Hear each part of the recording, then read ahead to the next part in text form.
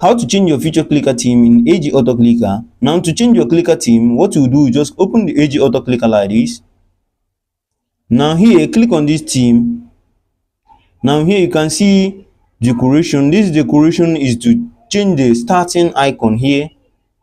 You can see you can select anyone you like and then click on it like this, and then click on apply. You can see it, click on apply here. As you can see, setting applied successfully. Now go back like this. Now click on this back arrow again here. Here you can see icon skin. Now this icon skin is the clicker target. Now click on it now to change it. Here, slide down till you find the one you like and then click on it like this, and then click on apply. Then go back here to see it. Go back by clicking on this left facing arrow on the top side here. Click on it. Now you can see the customize. You see we have customized it. You see it.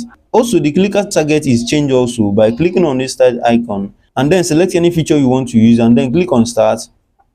You can see the feature target has also been changed. You see it. The clicker target has also been changed. You see it. So if you found this helpful, give us a thumbs up, like, subscribe, and click on the bell icon for more helpful tech tutorial.